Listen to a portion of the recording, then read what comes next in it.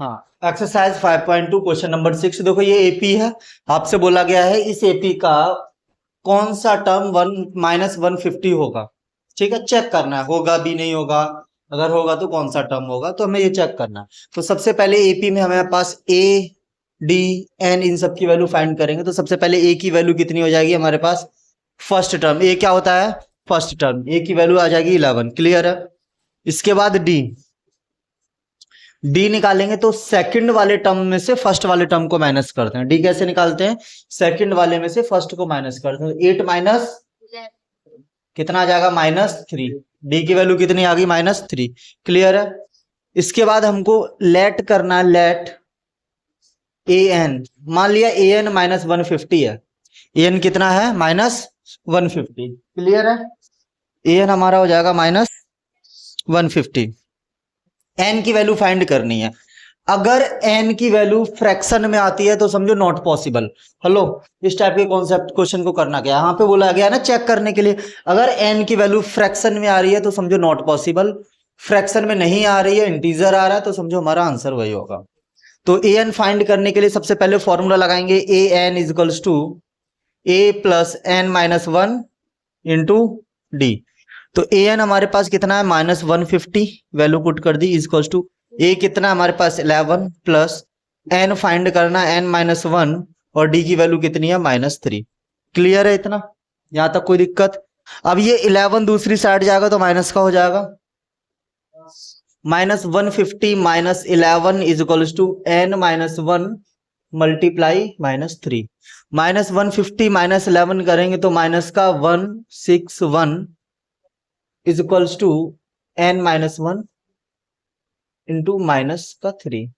तो -161 अपॉन ये मल्टीप्लाई में है -3 अपॉन में आ जाएगा, तो ये हो जाएगा -3 इज टू n -1। माइनस से माइनस कैंसिल, 3 का डिवाइड करेंगे, क्या ये 3 से कंप्लीटली डिविजिबल है, नहीं है। तो एक बार और देख लेते हैं, -1 इधर जाएगा तो 161 upon 3 plus 1 is to n। तो ये हो जाएगा, इसका अपॉन में 1 मान लेंगे, एलसीएम आ जाएगा 3, 161 प्लस 3 इज टू n, यानी कि n इज टू 164 अपॉन 3। क्या ये कंप्लीटली डिविजिबल है 3 से, नहीं। ये 3 से कंप्लीटली डिविजिबल नहीं है, यानी कि वैल्यू कैसी आएगी, फ्रैक्शन में। वैल्यू कैसी आ जाएगी, फ्रैक्शन में। तो हम क्या लिखेंगे, नॉट पॉसिबल, यानी कि इस सीरीज का कोई सा भी टर्म -150 नहीं हो सकता। क्वेश्चन में ये बोला था ना चेक करना है, तो हम क्या बोलेंगे, इस सीरीज का कोई सा भी टर्म -150 नहीं हो सकता। रीजन, एन की वैल्यू फ्रैक्शन में आई। करना क्या था, हमने क्या किया, सीरीज है, सीरीज में सबसे पहले फर्स्ट टर्म ए निकाला, d second minus first, d आ गया, ए एन की वैल्यू -150 है। ये formula a n is to a plus n -1 into d, value put की, सॉल्व किया, एन की वैल्यू आ गई फ्रैक्शन में। दैट मीन्स कि एन इस सीरीज का कोई सा भी टर्म -150 नहीं हो सकता। क्लियर है, समझ आया, नोट करो। चलो, इस क्वेश्चन नंबर 7 है, यहाँ पे आपको 31st टर्म फाइंड करना है। क्या करना है, हेलो इधर देखो, इधर देखो, इधर देखो, बाद में लिखना। 31st टर्म फाइंड करना है, 11th टर्म गिवन है, 16th टर्म गिवन है। अब इधर, हाँ इधर इधर 11th टर्म यानी कि a plus 10d is to 38। 11th term यही होता है, a प्लस 10d। इसके बाद 16th टर्म मतलब a plus 15d 73। Elimination method लगा दें सॉल्व करने के लिए, क्योंकि a इक्वल है, a की वैल्यू वेरिएबल मतलब कोफिशिएंट इक्वल है a का, माइनस माइनस माइनस, a से a कैंसिल, यहाँ पे हो जाएगा 10d -15d is equals to 38 -73। 38 -73 क्या, थर्ड, ठीक है। तो 10 -15 करेंगे तो माइनस का 5d इज इक्वल्स टू 38 -73। 38 -73 करेंगे कितना आ जाएगा, 35, 35, वो भी माइनस का। तो d इज टू कितना आ जाएगा, -35 अपॉन -5 इज टू 7। क्लियर है, हमारे पास डी की वैल्यू यहां से आ गई। अब डी की वैल्यू पुट करेंगे, किसी भी एक इक्वेशन में पुट कर दो, फर्स्ट में ही कर दे रहे हैं। डी की वैल्यू फर्स्ट में पुट करेंगे तो a plus D into 7 equals to 38। तो हमारे पास आ जाएगा a plus 70 equals to 38। That means a is equals to 38 minus 70, दूसरी साइड गया ये सब्ट्रैक्ट हो जाएगा, और 38 सब्ट्रैक्ट करेंगे तो a की वैल्यू आ जाएगी माइनस का 32। a आ गया हमारे पास, a और d की वैल्यू आ गई। हमको फाइंड क्या करना है, हमें फाइंड करना है 31st टर्म। कौन सा टर्म फाइंड करना है, 31st। 31st के लिए क्या करेंगे, a31 is equals to a plus 30d। तो a की वैल्यू कितनी है, -32 प्लस 30 इंटू डी की वैल्यू कितनी आई है, 7। तो इसको सॉल्व करेंगे, -32 प्लस ये इसका मल्टीप्लाई करेंगे 210, इन दोनों को सब्ट्रैक्ट करेंगे तो कितना आ जाएगा, 178। 178 आएगा ना, सब्ट्रैक्ट करके चेक करो, 210 माइनस 32। भाई ठीक है, नोट करो जल्दी से। चलो इस क्वेश्चन में देखो, क्वेश्चन नंबर 8 में हमारा टोटल नंबर ऑफ टर्म कितना है, 50। A3 यानी कि थर्ड टर्म दिया है 12। लास्ट टर्म है यानी कि last term, total number of term है 50 है, तो लास्ट टर्म A50 हो जाएगा। A50 is to 106। A29 निकालना है हमको, वैसे ही सॉल्व करना है। A3 यानी कि A plus 2D is to 12। A50 यानी कि A plus 49D is to 1। इधर इधर इधर इधर बैठ जाओ, सिर्फ थोड़े से इधर हो जाओ। ये इसको सब्ट्रैक्ट करोगे, ये कैंसिल, तो ये 2 minus 49, 2D minus 49D equal to 12 minus 106। तो यहाँ पे आ जाएगा माइनस का 47D इक्वल टू, इसको सब्ट्रैक्ट करेंगे तो माइनस का कितना आ जाएगा, 10 जाएगा, तो 96 यानी कि 94, वो भी माइनस का कितना आ जाएगा, माइनस का 94। तो D इक्वल टू आ जाएगा -94 अपॉन -47, तो यानी कि D की वैल्यू आ गई 2। डिवाइड करेंगे, D की वैल्यू 2 आ गई।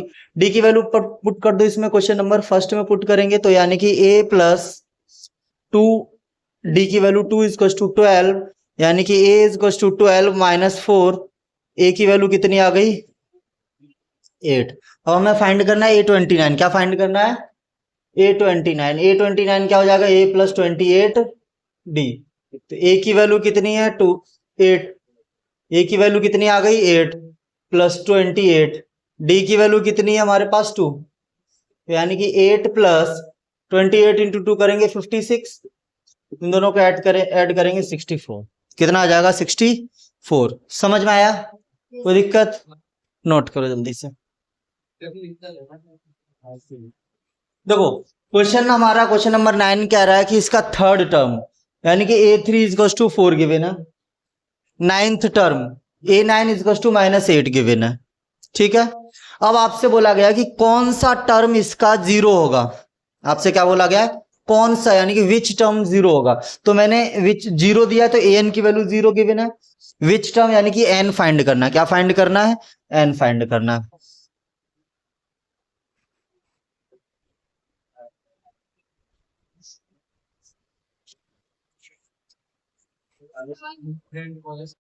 चलो कोई नहीं, देखो थर्ड टर्म A3 गिवन है 4, नाइन्थ टर्म यानी कि A9 इक्वल्स टू -8। आपसे बोला है विच टर्म इसका, यानी कि हमारा हमने कौन सा टर्म 0 होगा, तो an की वैल्यू 0 गिवन है। मान लिया लेट nth टर्म इसका क्या होगा, 0 होगा। क्लियर है, चलो तो मैं इससे सॉल्व करूंगा तो A3 को मैं लिख सकता हूं A प्लस 2D। A3 को क्या लिख सकता हूं, A plus 2D equals to कितना आ जाएगा, 4। A9 को मैं लिख सकता हूँ A प्लस 8D।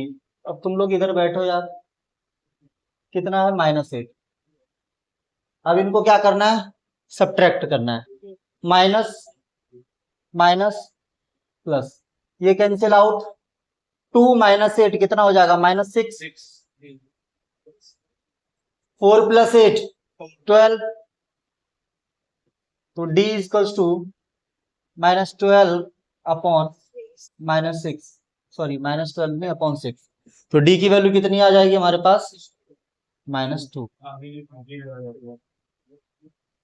नहीं उधर खड़े होकर तो मैं दिख नहीं रहा फिर, चलो मैं इधर से लिख रहा हूँ। तो डी की वैल्यू कितनी आ गई -2। जब डी की वैल्यू -2 आ गई, अब डी की वैल्यू पुट कर दो फर्स्ट में, तो a प्लस 2 -2 इज टू 4, तो a plus -4 is to 4, a की वैल्यू आ जाएगी 4 + 4 यानी कि 8। a की वैल्यू कितनी आ गई 8।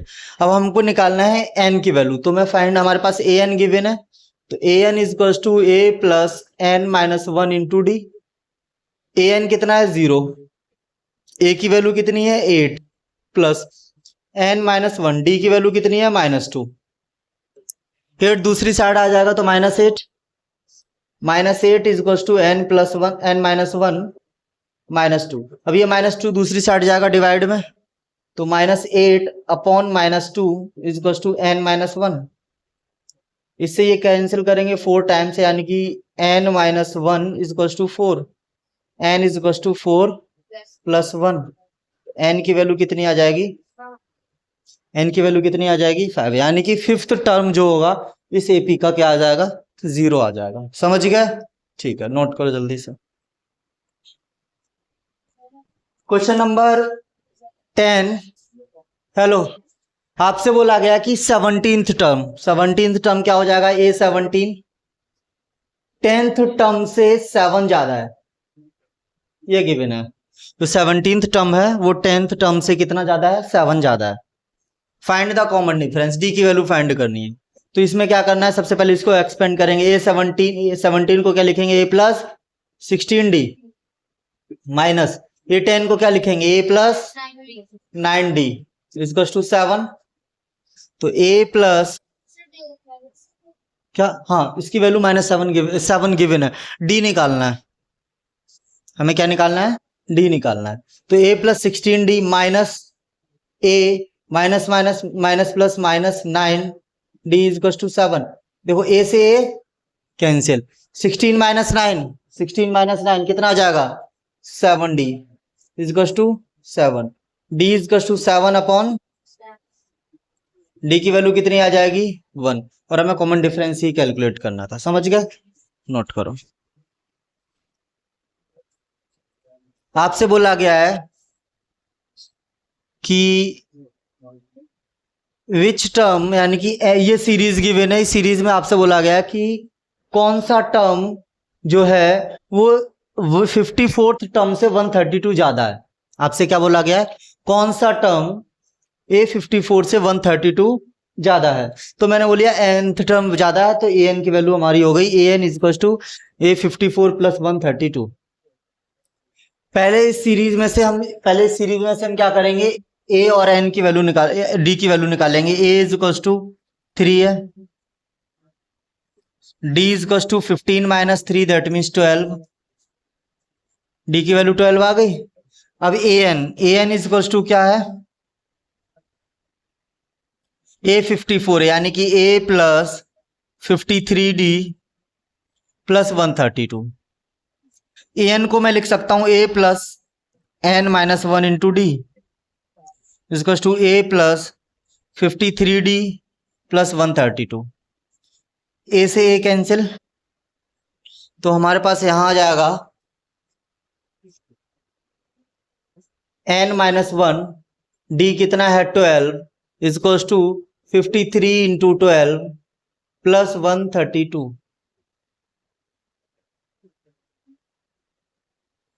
तो n इसका अंदर मल्टीप्लाई करेंगे 12n - 12 इज टू इसका 153 में मल्टीप्लाई करेंगे तो कितना आ जाएगा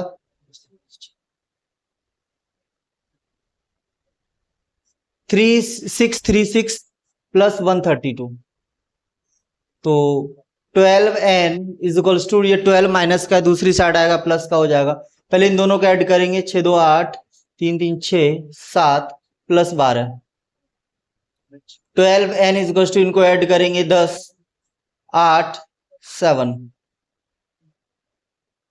अब 780 अपॉन 12 का डिवाइड करेंगे